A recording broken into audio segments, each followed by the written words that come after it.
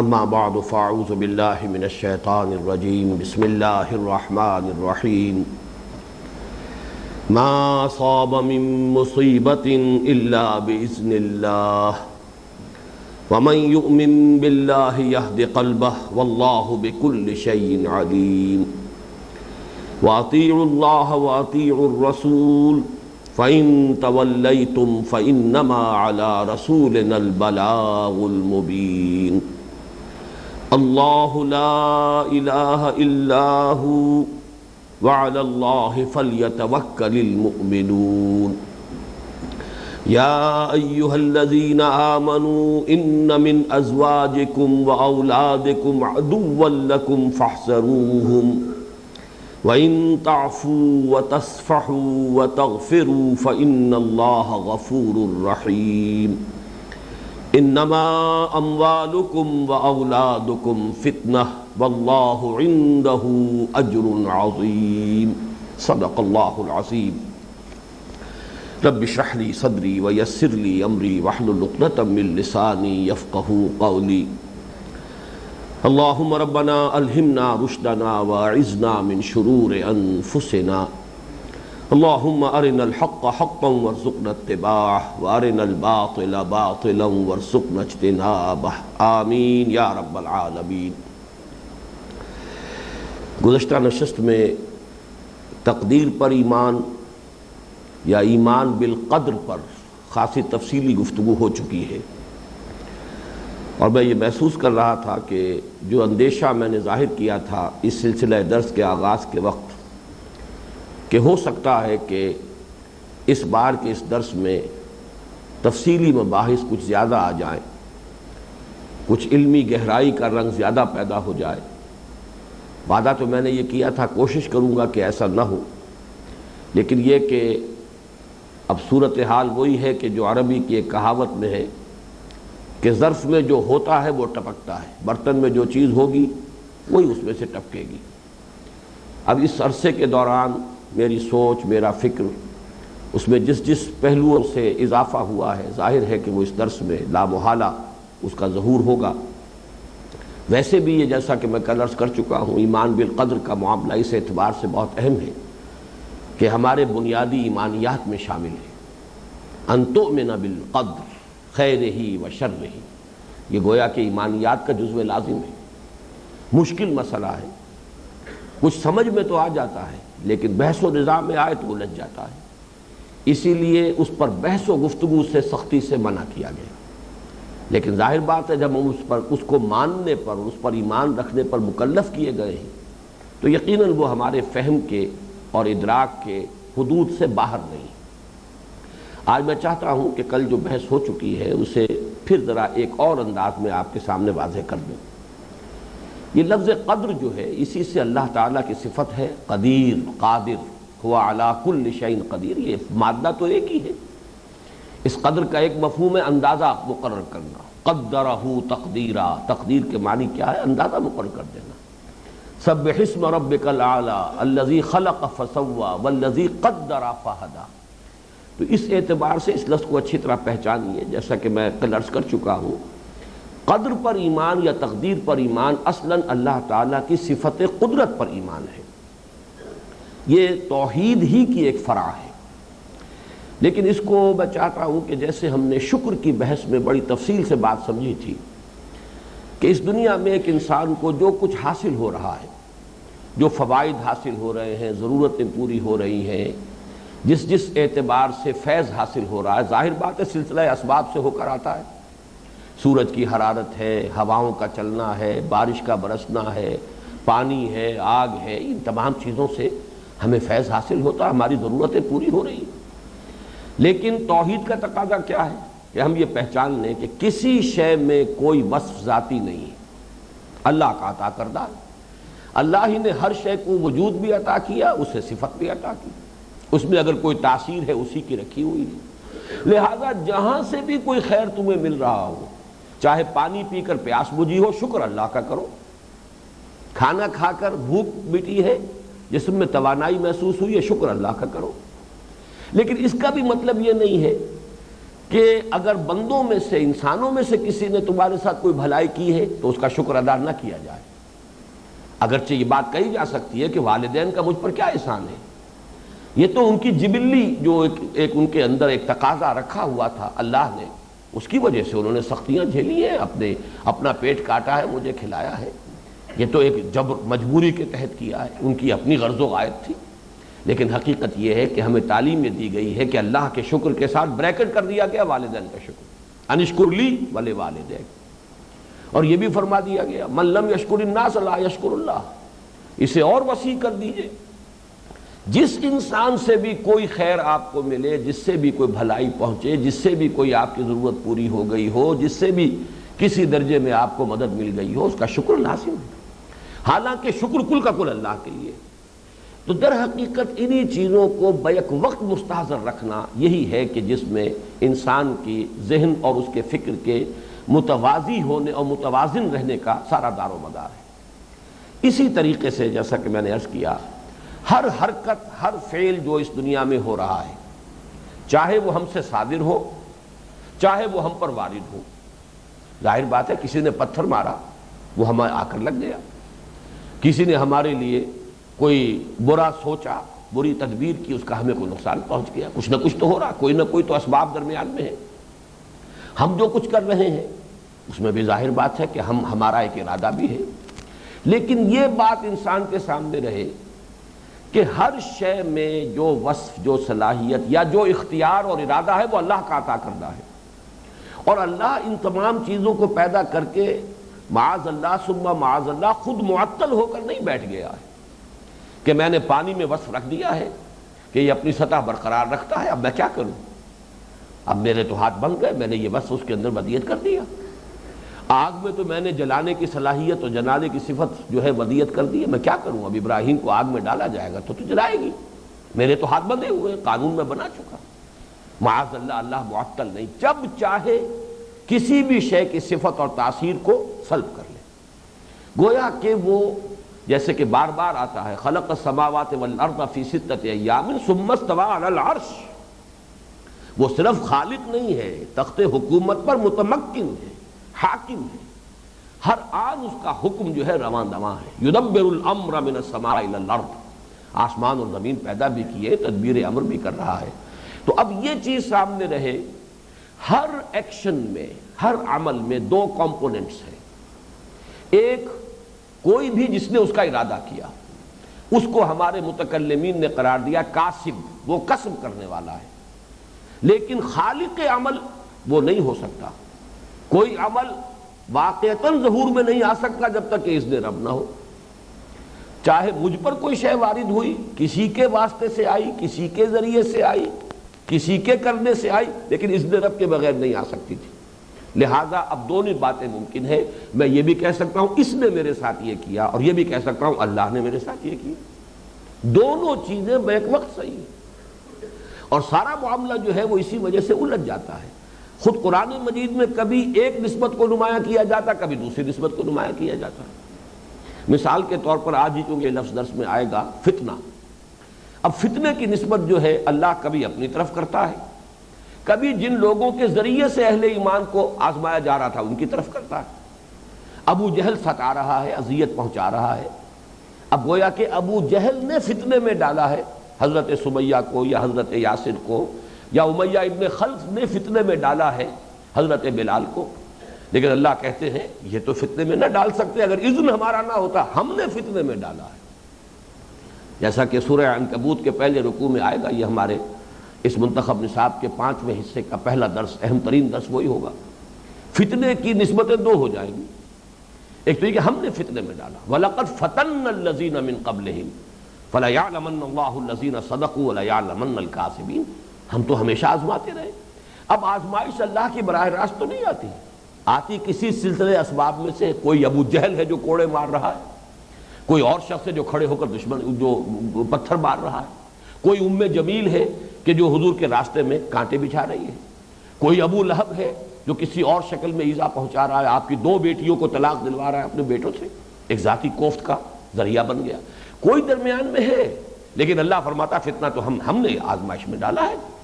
اسی طریقے سے اسی رکوع میں آگے چل کر آیا کہ وَمِنَ النَّاسِ مَن يَقُولُ آمَنَّا بِاللَّهِ فَإِذَا أُوذِيَ فِي اللَّهِ جَعَلَ فِتْنَةَ النَّاسِ كَعَذَابِ اللَّهِ۔ اب یہاں فتنے کی نسبت لوگوں کی طرف ہو گئی، گویا کہ ایک ہی عمل کے دو کمپوننٹس ہیں۔ اسی طرح ہم جو کچھ کر رہے ہیں اس میں کاسب تو ہم ہیں، ہم نے کیا ہے، ارادہ کیا ہے، لیکن وہ عمل ہوا ہے اسی لیے کہ اللہ نے اس کا اذن دیا۔ میں یہ بھی کہہ سکتا ہوں یہ کام میں نے کیا، اور میں یہ بھی کہہ سکتا ہوں یہ کام اللہ نے مجھ سے کرایا، یا یہ کام اللہ نے کیا بالفعل۔ ان دونوں چیزوں کو سامنے رکھ لیجئے تو در حقیقت ایمان بالقدر، اور جیسا کہ میں نے عرض کیا تھا اس میں دوسری صفت علم ہے۔ جو کچھ ہوا ہے، جو کچھ ہوگا، اللہ کے علم میں ہمیشہ سے موجود ہے، اس کا علم قدیم ہے، اور اس کا علم غلط تو نہیں ہو سکتا۔ اسی کو کتاب کہا گیا ہے کہ ام الکتاب ولدینا ام الکتاب، ہمارے پاس ہے وہ اصل جو لکھا ہوا ہے، کوئی شے نہیں ہے کہ جو ام الکتاب میں درج نہ ہو۔ جو بھی کچھ ہو رہا ہے، جیسا کہ کل ہم نے آیت پڑھی سورہ حدید کی، ما اصاب من مصیبت فی الارض ولا فی انفسکم الا فی کتاب من قبل ان نبرأہ، اسی کو ہم نوشتہ تقدیر کہہ دیتے ہیں۔ لیکن اس علم سے مستلزم نہیں ہے، یہ علم مستلزم نہیں ہے جبر کو، پری نالج ہے، لیکن پری ڈیسٹینیشن یا پری ڈیٹرمینیشن اس کا منطقی نتیجہ نہیں۔ تو ہر جگہ پر یہ دو چیزیں ہیں، ان کو اگر علیحدہ علیحدہ سے انسان سمجھ لے تو کوئی الجھن نہیں، بالکل بات شیشے کی طرح کھل جاتی ہے، سمجھ میں آ جاتی ہے۔ البتہ یہ ضرور ہے کہ جب اس کے اوپر آپ بحث و نظار کریں گے تو یہ بات جو ہے الجھتی چلی جائے گی۔ اب اس میں جو مقام رضا جو میں نے عرض کیا تھا کل، اس کے ضمن میں ایک بات رہ گئی ہے، اور خاص طور پر جو حدیث میں نے آپ کو سنائی تھی اس کا بھی ایک ٹکڑا رہ گیا ہے۔ پہلی بات تو یہ کہ مقام رضا یہ بلند ترین مقام ہے از قرآن کسی بندے کا جو اس دنیا میں اسے حاصل ہو سکتا ہے، راضی برضائے رب، اور اسی کو قرآن کہتا ہے، اور یہ 4 جگہوں پر آیا ہے۔ اللہ کے پسندیدہ بندوں کی کیفیت کیا ہے؟ رضی اللہ عنہم ورضوا عنہ، شکوہ شکایت ختم ہو جائے، اللہ سے کوئی گلہ نہیں، کوئی شکوہ نہیں، کہ ہر چے ساقی مارے خین الطاف، وہ اللہ سے راضی، اللہ ان سے راضی۔ یہ رضائے باہمی جو ہے، جیسے کہ متعدد مواقع پہ میں نے عرض کیا ہے کہ یہ بائی لیٹرل ریلیشن شپ ہے بندے کا اور رب کا۔ تم میری مدد کرو میں تمہاری مدد کروں گا، ان تنصر اللہ ینصرکم فاذکرونی اذکرکم، تم مجھے یاد رکھو میں تمہیں یاد رکھوں گا۔ یہ بائی لیٹرل ہے، تم میری طرف سے اعراض کر لو گے میں بھی اپنا رخ پھیر لوں گا۔ وَتَوَلَّوْا وَاسْتَغْنَى اللَّهُ، انہوں نے پیٹھ موڑ لی، اللہ نے بھی استغنا اختیار فرما لیا۔ تم پلٹ کر آؤ گے، توبہ کرو گے، ہم بھی اپنی شفقتوں کے ساتھ تمہاری طرف متوجہ ہو جائیں گے، توبہ کا لفظ بھی مشترک ہے۔ تم محبت کرو ہم سے، ہم تم سے محبت کریں گے، تم ہم سے دوستی کرو ہم تمہارے ساتھ دوستی نبھائیں گے۔ الا ان اولیاء اللہ لا خوف علیہم ولا هم یحزنون، اور یہ کہ اللہ تعالیٰ جو ہے اللہ ولی الذین آمنوا یخرجهم من الظلمات الى النور۔ اسی طرح ہے یہ رضائے باہمی۔ اب یہ ظاہر بات ہے کہ انسان اپنے باطن میں خود جھانک کر دیکھ سکتا ہے اللہ کے ساتھ وہ راضی ہے یا نہیں۔ یہ کسی اور شخص کے پاس اس کا کوئی ذریعہ نہیں ہے کہ وہ جان سکے۔ پیچ و تاب ختم ہو جائے، گلہ شکوہ اللہ سے نہ رہے، اپنی جس کو آپ کہتے ہیں in the heart of his hearts, قلب کی گہرائیوں میں اللہ کے ساتھ راضی ہے۔ پروردگار جو تیرا میرے بارے میں فیصلہ میں اس پر راضی ہوں، سر تسلیم خم ہے جو مزاج یار میں آئے۔ لیکن یہ کہ جیسا کہ میں نے عرض کیا، اب اس میں کئی پٹ فالز ہیں۔ حدیث میں میں آپ کو سنانا چاہتا تھا کہ وَعْلَمْ أَنَّ الْأُمَّةَ لَوْ اجْتَمَعَتْ عَلَىٰ أَن يَنفَعُوكَ بِشَيْءٍ لَمْ يَنفَعُوكَ إِلَّا بِشَيْءٍ قَدْ كَتَبَ اللَّهُ لَكَ۔ اے میرے بچے اس حقیقت کو ذہن نشین کر لے کہ سب لوگ مل کر چاہیں کہ تمہیں کوئی فائدہ پہنچا دیں نہیں پہنچا سکتے مگر وہی کچھ جو اللہ نے تمہارے لیے لکھ دیا ہو۔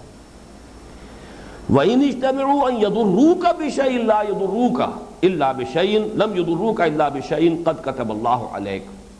اور اگر چاہیں تمہیں کوئی نقصان پہنچانا ہو، تمام لوگ مل کر ہرگز نہیں پہنچا سکتے مگر وہی جو اللہ نے تیرے لیے لکھ دی ہو۔ یہی ہے در حقیقت لا حول ولا قوت الا باللہ۔ اس میں حدیث کے آگے الفاظ ہیں بڑے خوبصورت، رفعت الاقلام وجفت الصحف، قلم اٹھائے جا چکے ہیں اور صحیفے خشک ہو چکے ہیں۔ جو ہونا ہے علم خدا بندی میں تو طے شدہ ہے، وہ بات تو ہوگی۔ اس اعتبار سے ان کلمۃ لو تفتح عمل الشیطان، یہ لو سے کاش کہ ایسا ہو جاتا، ایسا نہ ہوتا، یوں میں کر لیتا، یوں نہ ہوتا، یہ در حقیقت ساری ایمان کے منافی ہے یہ سوچ، عمل الشیطان شروع ہو گیا۔ لیکن اب جیسا کہ میں نے کل عرض کیا تھا، اس میں جو پٹ فالز ہیں وہ کیا ہیں؟ راضی برضائے رب ہو جانے کا مطلب یہ ہرگز نہیں ہے کہ مجرموں کو سزا نہ دی جائے۔ اس نے پتھر مارا ہے تو اسے جوابی پتھر مارا جائے گا، ورنہ تو فساد ہو جائے گا۔ اگر ایسا نہیں کرو گے تو مجرموں کی حوصلہ افزائی ہوگی۔ اس کا یہ مطلب بھی نہیں کہ ظالموں سے انتقام نہ لیا جائے۔ قرآن مجید نے تو اس قدر شد و مت کے ساتھ کہا ہے، والذین اذا اصابہم البغی ہم ینتصرون، انتقام کا حق ہے، بدلہ لینے کا حق ہے، اور ہرگز ملامت کرنے کا کسی کو حق نہیں ہے کہ تم نے بدلہ کیوں لیا۔ ما علیہم من سبیل وَلَمَنِ انتصر بعد ظلمہ فَأُولَٰئِکَ مَا عَلَیہم مِّن سَبِیل، جس نے کسی ظلم پر جو اس پر کیا گیا ہے اس پر بدلہ لیا ہے، اس کے کوئی ملامت نہیں کی جا سکتی، یہ اس کا حق ہے۔ اگرچہ ہم کہہ رہے ہیں کہ اللہ کے اذن کے بغیر نہیں ہو سکتا تھا، لیکن دوسرے کمپوننٹ کو آپ نظر انداز نہیں کر سکتے۔ اس کی اپنی اس کے اندر جو اس کا حصہ ہے، جس کو میں نے کل عرض کیا تھا کہ اس درویش نے کہا کہ منہ بیچ میں کس کا کالا ہوا ہے یہ میں دیکھ رہا تھا۔ ہاں اگر یہ ہو کہ اصلاح ہو سکتی ہے معاف کرنے سے تو اصلاح کر دو، تو وہ معاف کر دو، عفو درگزر سے کام لو۔ تو اسی لیے عفا و اصلح، یہ عفو جو ہے اصلاح کے ساتھ اگر ہے پھر تو ٹھیک ہے، لیکن یہ کہ بصورت دیگر انتقام۔ تیسری بات میں نے عرض کی تھی کہ اس کا یہ مطلب بھی نہیں ہے کہ ظلم اور استحصال کے خاتمے کی جد و جہد نہ کی جائے، کہ یہ تو اللہ کی طرف سے ہے، یہ تو در حقیقت نوشتہ تقدیر ہے، لہذا اس کو ٹیک اٹ لائنگ ڈاؤن، اس کو بس قبول کرو۔ یہ ہے جس کو کہ کہا ہے کمیونسٹوں نے کہ مذہب عوام کے لیے افیون کا کام دیتی ہے۔ جب یہ تلقین کی جائے گی تو در حقیقت یہ دین کا منشا نہیں ہے۔ ظالموں کا ہاتھ روکو، انصر اخاک ظالما او مظلوما، اپنے بھائی کا ہاتھ پکڑو، اگر وہ ظلم کر رہا ہے روکو، اور یہ کہ حق کی بات کہو، وَلَوْ عَلَىٰ أَنفُسِكُمْ وَبِالْوَالِدَيْنِ وَالْأَقْرَبِينَ، حق کی بات کہو، چاہے وہ تمہارے اپنے خلاف جا رہی ہو، چاہے تمہارے والدین کے خلاف جا رہی ہو۔ اب ان سے زیادہ بڑھ کر کون ہوگا جن کے شکر کو اللہ نے اپنے شکر کے ساتھ بریکٹ کیا ہے۔ لہذا ظلم اور جبر کا خاتمہ، اس کے خلاف آواز کا اٹھانا، اس کے خلاف جد و جہد، اس کے لیے انقلابی سعی، یہ لازم ہے۔ اسی طرح ایک چوتھا نتیجہ نوٹ کیجئے جو کل بیان ہونے سے رہ گیا تھا، اس کا یہ مطلب بھی نہیں کہ آدمی اپنی غلطیوں کے بارے میں غور نہ کرے۔ یعنی فرض کیجئے میں یہ سوچتا ہوں کہ یہ نتیجہ نکل آیا، اصل میں اس میں میری اس غلطی کو بھی دخل ہے جو میں نے کی تھی، تو یہ نتیجہ نہیں نکلنا چاہیے کہ اپنی غلطی کو آدمی نظر انداز کر دے، اس پہ سوچے ہی نہ۔ یہ تو یقین رکھنا چاہیے جو نتیجہ نکلا ہے وہ تو بہرحال نکلنا تھا، چاہے میں غلطی کرتا یا نہ کرتا۔ یہ تو وہ شے ہے کہ جو ہونی ہی تھی، شدنی تھی، جس کو کہ وہ اس حدیث کے الفاظ جو میں نے کل بھی آپ کو سنائے تھے، آج پھر سنا دیتا ہوں کہ وَعْلَمْ أَنَّمَا أَخْطَأَكَ لَمْ يَكُنْ لِيُصِيبَكَ، جان لو کہ جو چیز تمہارے ہاتھ سے جاتی گئی، کوئی موقع نکل گیا، چاہے اس میں تمہاری غلطی تھی، کسی اور کی غلطی تھی، کسی اور کا ظلم تھا، لیکن وہ کسی شکل میں تمہیں ملنے والی نہیں تھی۔ وَمَا أَصَابَكَ لَمْ يَكُنْ لِيُخْطِئَكَ، اور جو شے بھی تم پر واقع ہو گئی ہے، چاہے اس میں تمہاری غلطی کو دخل ہے، چاہے کسی اور کی زیادتی کو دخل ہے، یہ ممکن ہی نہیں تھا کہ وہ واقعہ نہ ہوتا، وہ تو شدنی تھا، وہ تو ہونا تھا۔ البتہ انسان اپنے طرز عمل کے بارے میں غور کرتا رہے، جو خطا ہوئی ہے آئندہ کے لیے اسے درست کرے۔ یہ بھی نتیجہ نہ نکلے کہ اس راضی برضائے رب رہنے سے کہ جو کچھ ہے اللہ کی طرف سے ہے اور جو رب کرے سو ہو، تو اس کا یہ نتیجہ نکلے کہ آدمی اپنے طرز عمل پر نظر ثانی نہ کرتا رہے، اپنی غلطیوں کے بارے میں غور و فکر نہ کرتا رہے، اپنے سابقہ جو بھی غلطیاں ہیں ان سے آئندہ کے لیے سبق حاصل نہ کرے۔ تو اب دیکھیے، ایک طرف راضی برضائے رب رہنا یہ ایمان کا بنیادی تقاضا، یہ ایمان بالقدر جو کہ ایمان کا جزو لازم، اس کا منطقی تقاضا، لیکن دوسری طرف یہ منفی نتائج نہیں نکلنے چاہیے کہ مجرموں کو سزا نہ دی جائے، ظالموں سے انتقام نہ لیا جائے، ظلم اور جبر اور استحصال کے خلاف جد و جہد نہ کی جائے، یا اپنی غلطیوں کے بارے میں غور نہ کیا جائے۔ اپنی غلطیوں پر نظر ثانی کرتے رہیے، جائزہ لیتے رہیے، ہم سے کیا خطا ہوئی ہے، جو ہونا تھا وہ تو ہونا ہی تھا، لیکن یہ ہے کہ اس میں اگر ہماری طرف سے کوئی غلطی بھی اس کے اندر شامل ہوئی ہے، اللہ تعالیٰ کا تو اذن ہے، اس کے بغیر تو نہیں ہو سکتا تھا۔ یعنی کتنی بڑی غلطی ہو گئی تھی غزوہ احد میں 35 صحابہ سے، اللہ چاہتا تو کنڈول کر دیتا، کوئی اس کی سزا نہ دیتا، کوئی نتیجہ نہ نکلتا، لیکن اللہ نے اذن دیا کہ اب سزا ملے انہیں تاکہ آئندہ کے لیے سبق ہو، اور اس کو جتا دیا کہ دیکھو ہم نے تم سے اپنا وعدہ پورا کر دیا تھا، وَلَقَدْ صَدَقَكُمُ اللَّهُ وَعْدَهُ إِذْ تَحُسُّونَهُم بِإِذْنِهِ حَتَّىٰ إِذَا فَشِلْتُمْ وَتَنَازَعْتُمْ فِي الْأَمْرِ۔ یہ تمہاری غلطی ہے۔ اس اعتبار سے اس چوتھی بات کو بھی نوٹ کیجئے۔ اسی طرح توکل، اللہ لا الہ الا هو علی اللہ فلیتوکل المؤمنون، اس کا بھی میں نے عرض کیا تھا، یہ تو یقین ہو کہ میرے کیے کچھ نہیں ہوگا جب تک کہ اللہ نہ چاہے، یہ یقین ہونا چاہیے۔ کتنے ہی اسباب ہو، کتنے ہی وسائل ہو، کتنی ہی محنت ہو، کتنی ہی جد و جہد ہو، کتنی ہی قوت فراہم ہو جائے، کتنی ہی جمعیت فراہم ہو جائے، سب کچھ ہو جائے، جب تک اللہ نہیں چاہے گا کچھ نہیں ہوگا، یہ یقین ہے۔ اگر یہ نہیں ہے تو آپ کا اللہ کی قدرت پر آپ کا ایمان ہی نہیں، گویا کہ یہ تو اسباب و وسائل ہی کے اوپر پھر گویا کہ اللہ نے گاڑی چھوڑی ہوئی ہے ساری، گویا کہ اللہ تو معطل ہو گیا، پھر کچھ نہیں ہو سکتا جب تک اللہ نہ چاہے۔ اللہ تتخذوا من دونی وکیلا، یہ گویا کہ لب لباب تورات کی پوری تعلیم کا سورہ بنی اسرائیل کے دوسرے رکوع میں جو لب لباب بیان کیا گیا وہ کیا ہے؟ وَآتَيْنَا مُوسَى الْكِتَابَ وَجَعَلْنَاهُ هُدًى لِبَنِي إِسْرَائِيلَ أَلَّا تَتَّخِذُوا مِن دُونِي وَكِيلًا، میرے سوا کسی اور کو کارساز نہ سمجھنا، تکیہ کسی اور پر نہ ہو، بھروسہ کسی اور شے پر نہ ہو، لیکن یہ کہ اس کے ساتھ یہ بھی اعدوا لَهُم مَا اسْتَطَعْتُمْ۔ اب میں نے یہاں بھی 4 باتیں نوٹ کرانا چاہتا ہوں، 3 میں نے کل کرائی تھی، چوتھی آج اس کا اضافہ کرنا چاہتا ہوں، باتیں ہماری گفتگو میں رہ جاتی ہیں، اسی کی تکمیل کرنی ہے تاکہ بات مضمون جو ہے پورا ہو جائے۔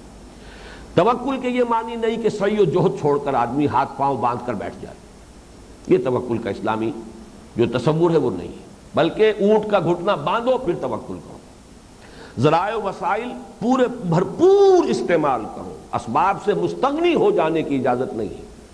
بہرحال یہ اللہ نے عالم اسباب بنایا ہے، اسباب کا عمل دخل ہے، عام طور پر تو سلسلہ اسباب ہی کے تحت کائنات چل رہی ہے، ہاں اللہ کا اختیار ہے جب چاہے اپنی قدرت خصوصی کا ظہور فرما دے، سلسلہ اسباب کو پھاڑ کر توڑ کر، اسی لیے اسے خرق عادت کہتے ہیں، خرق کے معنی پھاڑ دینا، اس کاز اینڈ ایفیکٹ کا جو سلسلہ چل رہا ہے۔ بس یہاں پر بھی میں ایک لفظ کا اضافہ کر دوں، ہمارا جو اس وقت کا ذہن ہے، جو سائنٹیفک مائنڈ ہمارا بن گیا وہ کاز اینڈ ایفیکٹ کا ہے، یہ کاز ہے یہ ایفیکٹ ہے، لازم ہے، یہ جب یہ سبب ہوگا یہ لازمی نتیجہ نکل آئے گا۔ ایمان کا تقاضا ہے بیچ میں اللہ کا اذن جو ہے انٹروین کرے گا،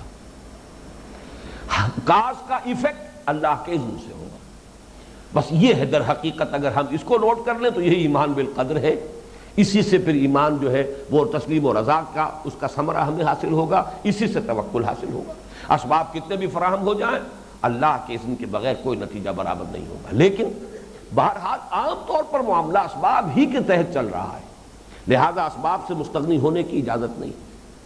اور تیسری بات جو کل میں نے بہت ہی خوبصورت بات ہے جو حضرت مسیح کے حوالے سے بتائی تھی کہ اللہ کو آزمانے کی کوشش نہ کرو کہ اللہ میری مدد کر سکتا ہے کہ نہیں، اللہ چاہے تو بغیر کسی سبب کے جو چیز چاہے وہ اس کی قدرت خصوصی سے ظاہر ہو جائے، لیکن یہ کہ آپ اس کے اوپر بھروسہ نہیں کر سکتے۔ آخری چیز جو آج میں ایڈ کر رہا ہوں یہ بہت اہم ہے، وہ ہماری تحریک کے اعتبار سے، اس لیے کہ یہ سارا کا سارا ہمارا قرآن کا پڑھنا پڑھانا تو اصل میں اس لیے ہے کہ اس دین کے غلبے کی اور نظام عدل و قسط کو قائم کرنے کی جد و جہد کی جائے۔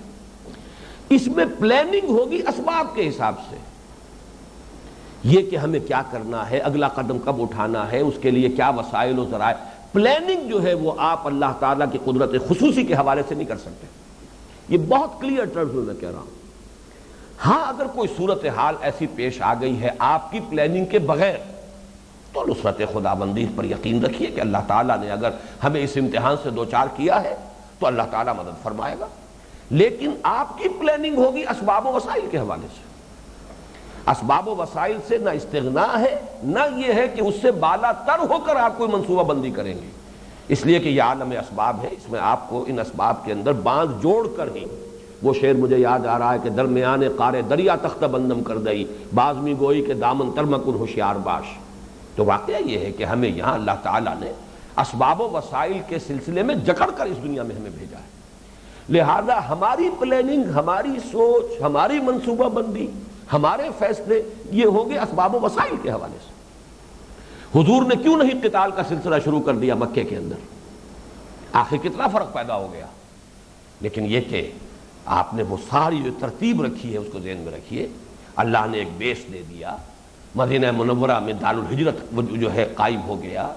پھر فرض کیجئے کوئی ایسی شکل ہو جاتی کہ ابھی یہودیوں کے ساتھ ٹریٹیز جو ہے وہ کنکلوڈ نہ ہو پاتی، اور گھر کے اندر سے مدینے کے بارے میں آپ کو اطمینان نہ رہتا، تو شاید ابھی آپ اقدام نہ کرتے۔ وہاں سے بھی اللہ نے مستغنی کر دیا، جکڑے گئے وہ اور عہد کے اندر بند گئے۔ یہ سارے مواخات جس درجے کی ہو گئی، جس طریقے سے انٹیگریشن ہو گئی سوسائٹی کی مہاجرین و انصار کے مابین، جو محبت اور اخوت جو ہے تاریخی، جس کی یوں سمجھیے کہ جس کی تاریخ مثال پیش کرنے سے قاصر، یہ تمام حالات پیدا ہو گئے تو اقدام کیا۔ اس اعتبار سے ساری سوچ، ساری پلاننگ، ساری منصوبہ بندی ہوگی اسباب و وسائل کے حوالے سے، لیکن تکیہ اسباب و وسائل پر نہیں ہوگا۔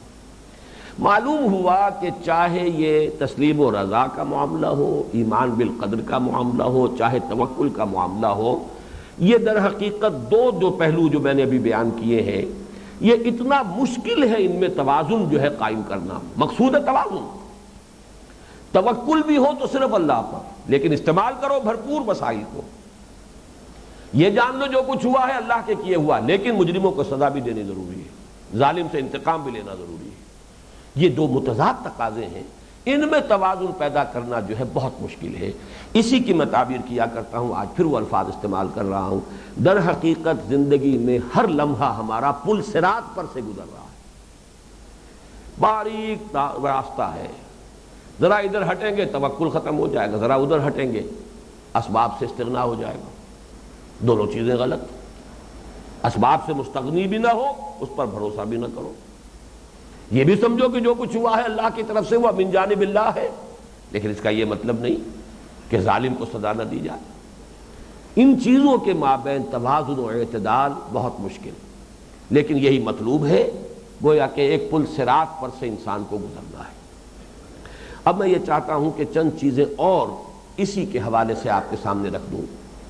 ان دونوں چیزوں کو، جیسا کہ میں نے کل عرض کیا تھا، مقام تسلیم و رضا اور توکل علی اللہ، یہ دو کیفیات حاصل ہو جائیں تو دونوں کا سم ٹوٹل ہے تفویض الامر الی اللہ، معاملہ اللہ کے حوالے۔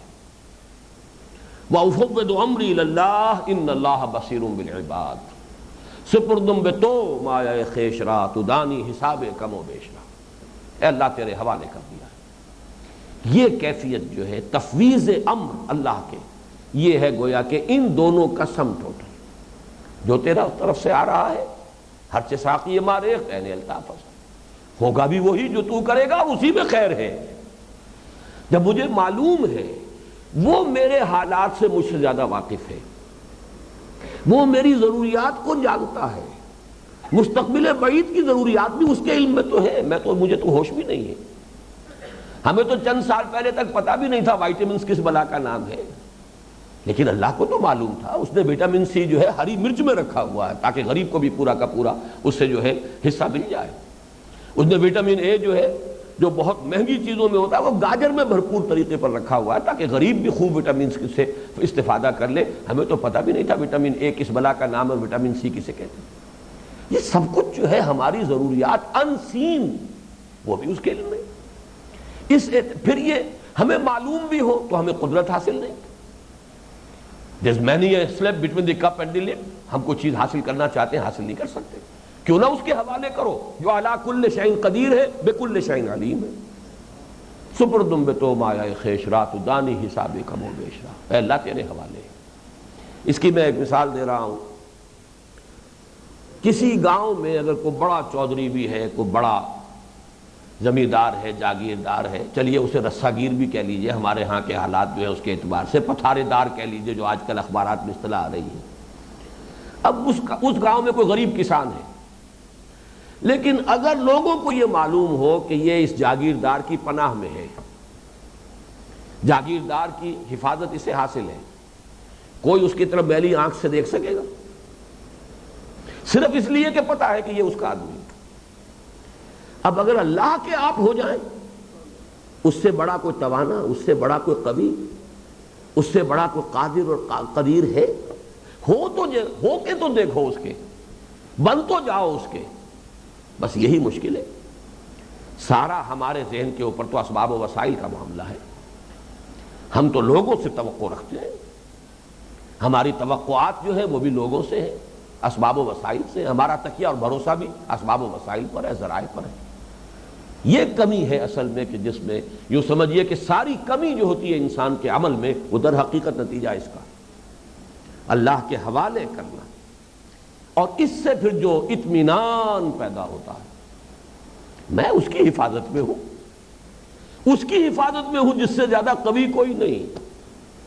دشمن اگر قوی است، محافظ قوی ترست، دشمن کتنا ہی طاقتور ہو، میرے حفاظت کرنے والا اس سے کہیں زیادہ قوی ہے، اور اگر وہ میرا محافظ ہے فی الواقع تو مجھے کوئی غضب نہیں پہنچ سکتا، اور اگر اسی کی مشیت یہ ہے کہ مجھے کوئی نقصان پہنچ جائے تو میں راضی و رضائے رب ہوں، یقیناً اس میں میری مصلحت ہوگی، یقیناً اس میں کوئی نہ کوئی خیر ہوگا جو مجھے آج نظر نہیں آ رہا۔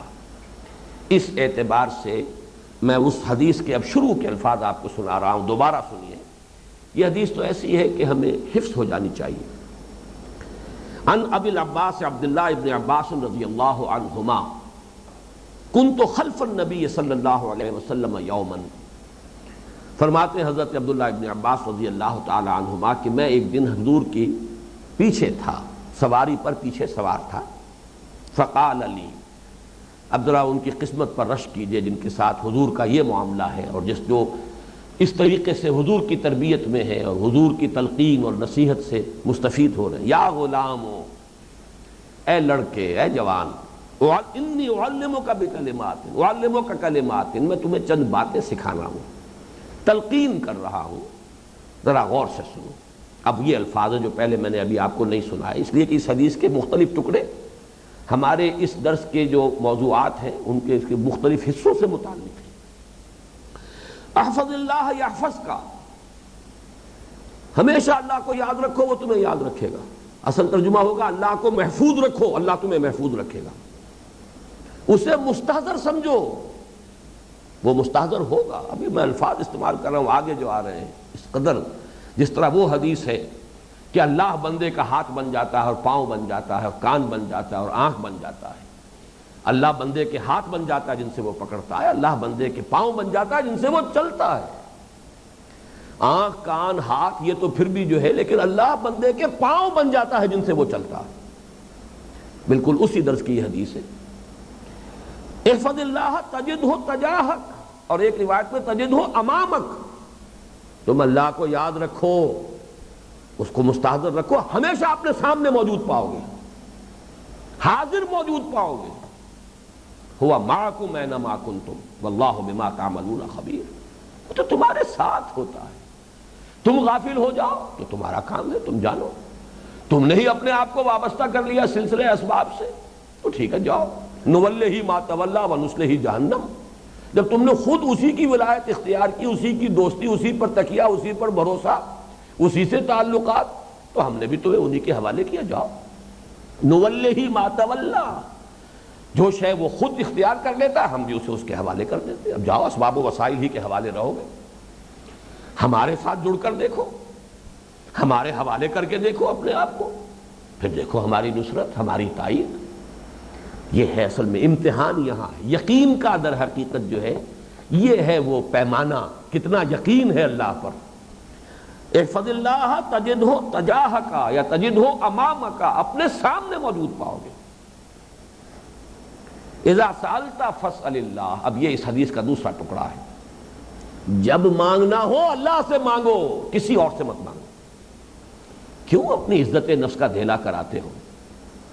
دینے والا تو وہ ہے، وہ کسی کے دل میں ڈال دے، تمہاری ضرورت خود پوری کر دے گا، اس سے مانگو۔ یہ ہے توحید کا تقاضا۔ سوال کا ہاتھ کسی کے سامنے دراز۔ ہاں ایک سوال تو ہے، وہ سوال دین کے لیے۔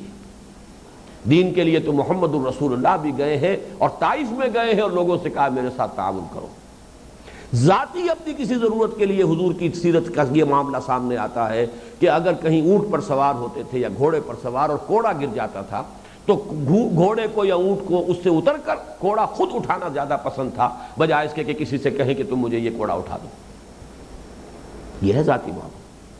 دین کے لیے تو ہم بھکاری ہیں. ہر داعی دین بھکاری ہے. اسے تو آدمی چاہیے. وہ تو جھولی پسار پسار کر مانگتا ہے آؤ میرا ساتھ دو. من انصاری اللہ, کون ہے میرا مددگار. ایک ہے ذاتی بات. اذا سالت فصل اللہ واذا استعنت فاستعن باللہ. مدد ہی مانگنی ہے تو صرف اللہ سے مانگو. یہ ہے اس کا تفویض الامر کا ایک اور منطقی نتیجہ. یہ دعا کے بارے میں جتنا ایمان گہرا ہوتا چلا جائے گا, ایک تو یہ کہ استغنا عن الخلق, خلق سے مستغنی ہو جائے. یہ میرا کچھ کر ہی نہیں سکتے, نہ میرا بگاڑ سکے, نہ میرا کچھ بنا سکے, نہ مجھے فائدہ پہنچا سکے, نہ مجھے نقصان پہنچا سکے. استغنا عن الخلق. اللہ کے ہو جاؤ. یہ ایک سجدہ جسے تو گراں سمجھتا ہے 1000 سجدوں سے دیتا ہے آدمی کو نجات. 1000 سوالوں سے تمہیں نجات ملے گی اگر ایک در کے سوالی بن جاؤ حقیقی معنی میں. اذا سالت فصل اللہ واذا استعنت فاستعن باللہ. اور یہی تو ہم وعدہ کرتے ہیں, ایاک نعبد و ایاک نستعین, صرف تجھ سے مدد مانگتے ہیں. اس کا اگلا نتیجہ کیا نکلتا ہے؟ جیسے جیسے ایمان کی گہرائی اور گہرائی بڑھے گی دعا کا دائرہ محدود ہوتا چلا جائے گا. کیا مانگوں اللہ سے؟ اے اللہ یوں ہو جائے. اللہ کو پڑھانا چاہتے ہو, تم بہتر جانتے ہو کہ یہ شاید تمہارے حق میں بہتر ہے, تمہیں علم حاصل ہے. جیسے کہ سورہ بنی اسرائیل میں فرمایا وَيَدْعُ الْإِنسَانُ بِالشَّرِّ دُعَاهُ بِالْخَيْرِ إِنَّ الْإِنسَانَ كَانَ عَجُولًا. انسان جو ہے وہ تو جلد باز ہے. جلد بازی کی وجہ سے وہ بظاہر اپنے حق میں اپنے خیال کے مطابق خیر مانگ رہا ہوتا ہے, حقیقت میں شر مانگ رہا ہوتا. عَسَىٰ أَن تَكْرَهُوا شَيْئًا وَهُوَ خَيْرٌ لَكُمْ وَعَسَىٰ أَن تُحِبُّوا شَيْئًا وَهُوَ شَرٌّ لَكُمْ. ہو سکتا ہے کہ تم کسی چیز کو ناپسند کرو, اے اللہ مجھے بچا اس سے, اے اللہ میں چاہتا ہوں کہ یہ شے جو ہے یہ مجھ سے دور رہے, حالانکہ اسی میں خیر تھی تمہارے لیے. اور اے اللہ یہ مجھے ضرور مل جائے, یہ مجھے بہت پسند ہے, حالانکہ وہ تمہارے حق میں شر ہے. تو اب کیا مانگو گے؟ کیا اللہ کو پڑھاؤ گے؟ انسان گونگا ہوتا چلا جائے, کیا مانگو؟ وہ تو جانتا ہے جو میری ضرورت ہے, وہ جانتا ہے میں نہیں جانتا, اس کا علم حقیقی ہے, میرا تو بڑا محدود علم ہے, میں تو بہت ہی شارٹ سائٹڈ ہوں, مجھے اپنی حقیقی مصلحتوں کا علم نہیں ہے. تو واقعہ یہ ہے کہ اب یہ دعا کا دائرہ سکڑے گا. کیا مانگے اللہ سے؟ ہاں, مانگنے کی ایک شے رہ جائے گی. اللہ تعالیٰ سے علم میں اضافہ مانگیے. وَقُلْ رَبِّ زِدْنِی عِلْمًا. اللہ سے استقامت طلب کیجیے, اللہ سے ہدایت میں اضافہ مانگیے. یہ ہے مانگنے کی چیز. ہدایت میں, علم میں اللہ اضافہ کر, اے اللہ استقامت عطا فرما, اے اللہ خاتمہ بالخیر ہو, اے اللہ تو تیرے علم میں جو شے میرے لیے خیر ہے بس وہی فیصلہ کر دے. چنانچہ 1,00,000 دعاؤں کی ایک دعا استخارہ ہے. یہ وہی تفویض الامر اللہ ہے. نہ اپنا معاملہ تیرے حوالے کر رہا ہوں, میں فیصلہ نہیں کر سکتا کہ کیا شے میرے حق میں مفید ہے, کیا شے میرے حق میں مضر ہے. اللہم انی استخیرک بعلمک واستقدرک بقدرتک واسألک من فضلک العظیم فانک تقدر ولا اقدر وتعلم ولا اعلم. نوٹ کر لیجئے وہی 2 صفات, اللہ کی صفت قدرت, اللہ کی صفت علم, ان 2 ہی کا استحضار ہے. سارا معاملہ ذات باری تعالیٰ کے ساتھ ہمارا جو ہے وہ در حقیقت یہ ان 2 صفات کے حوالے سے ہمارا جو صحیح مینٹل ایٹیچیوڈ اللہ کے ساتھ قائم ہوگا وہ ان 2 کے حوالے سے. فَإِنَّكَ تَعْلَمُ وَلَا أَعْلَمُ. تو جانتا, میں تو نہیں جانتا. جو کچھ جانتا ہوں وہ نیم حکیم خطرہ جان اور نیم اللہ خطرہ ایمان. میرا وہ نیم علم جو ہے وہ تو میرے لیے مضر ہو جائے گا. تیرا علم کامل ہے. پھر یہ کہ علم بھی ہو جائے کہ یہ خیر ہے, میں اس پر قادر نہیں. فَإِنَّكَ تَقْدِرُ وَلَا أَقْدِرُ وَتَعْلَمُ وَلَا أَعْلَمُ وَأَنْتَ عَلَّامُ الْغُيُوبِ. اے اللہ اگر تیرے علم میں ان كنت تعلم ان هذا الامر خیر لی فی دینی و معاشی و عاقبت امری فاقدرہ لی ویسرہ لی ثم بارک لی فی. اے اللہ اگر تیرے علم میں یہ ہے کہ یہ چیز میرے حق میں مفید ہے, دین کے لیے, دنیا کے لیے, عاقبت کے لیے, تو اسے مقدر کر دے میرے لیے. اور اسے آسان کر دے میرے لیے، اور مجھے اس میں برکت عطا فرما۔ وَإِن كُنتَ تَعْلَمُ أَنَّ هَذَا الْأَمْرَ شَرٌّ لِّي فِي دِينِي وَمَعَاشِي وَعَاقِبَةِ أَمْرِي فَاصْرِفْهُ عَنِّي وَاصْرِفْنِي عَنْهُ، اور اگر تیرے علم میں یہ ہے کہ یہ شے میرے لیے شر ہے، میری عاقبت کے اعتبار سے، میرے دین کے اعتبار سے، میری دنیا کے اعتبار سے، فَاصْرِفْهُ عَنِّي، اسے مجھ سے دور کر دے، وَاصْرِفْنِي عَنْهُ، اور مجھے اس سے دور کر دے۔ وَاقْدُرْ لِي الْخَيْرَ حَيْثُ كَانَ، اے اللہ میرے لیے تو خیر ہی کو مقدر فرما دے جہاں کہیں بھی۔ ثم ارضنی بہی، پھر مجھے اس پر راضی بھی کر دے، مجھے شکوہ نہ رہے کہ مجھے وہ چیز کیوں نہ ملی، یہ کیوں مل گئی، مجھے راضی برضائے، ثم ارضنی بہی، پھر مجھے اے اللہ اس پر راضی کر دے کہ جو تیری دین ہے کہ ہر ساقی مارے اختین الطاف، میں راضی ہو جاؤں کہ میرے رب کا میرے حق میں یہ فیصلہ، یہی میرے حق میں در حقیقت مفید ہے۔ توکل ہی کے لیے لفظ ایک جو ہے، یا تفویض الامر الی اللہ، یا دعا کے حوالے سے جو بات میں نے اس وقت کی ہے، اسی کے لیے لفظ اور یہاں پر ٹانک لیجئے ذہن میں، تعوذ، پناہ میں آنا۔ اس کی پناہ میں آ جاؤ تو اب کس کا اندیشہ ہے؟ اتنے بڑے قلعے میں پہنچ گئے، لا تحزن ان اللہ معنا، آؤ تو صحیح۔ اسی لیے اس تعوذ کی وہ اہمیت ہے کہ قرآن مجید کی آخری 2 سورتیں اسی موضوع پر، قل اعوذ برب الفلق من شر ما خلق ومن شر غاسق اذا وقب ومن شر النفاثات في العقد ومن شر حاسد اذا حسد، قل اعوذ برب الناس ملك الناس اله الناس من شر الوسواس الخناس الذي يوسوس في صدور الناس من الجنة والناس۔ یہ جو میں نے اسی ایمان بالقدر یا راضی برضائے رب یا توکل علی اللہ کے جو مضمرات کو مزید کھول کر بیان کیا، یہ ہے ثمرات ایمان۔ ایمان حقیقی کے اصل میوے یہ ہے، مٹھاس ان میں ہے، لذت اس میں ہے، دنیا میں رہ کر جنت کا مزہ انسان کو ملتا ہے۔ اسی کا نام ہے مطمئن، جو ہوا میرے رب کے اذن سے ہوا، چاہے کتنا ہی ناگوار ہے، لیکن اسی میں خیر ہے، میں راضی ہوں۔ جو چھوٹ گیا اللہ کی مرضی کے بغیر نہیں چھوٹا، یقیناً وہ میرے لیے خیر نہیں تھا، جو اللہ نے فیصلہ کیا میں اس پر راضی ہوں۔ جو ہوگا اذن رب کے بغیر نہیں ہوگا، میرا اس کے ساتھ خلوص ہے، وہ میرا خیر خواہ ہے، لہذا یقیناً جو ہوگا میرے خیر میں ہوگا، چاہے وقتی طور پر مجھے ناگوار محسوس ہو۔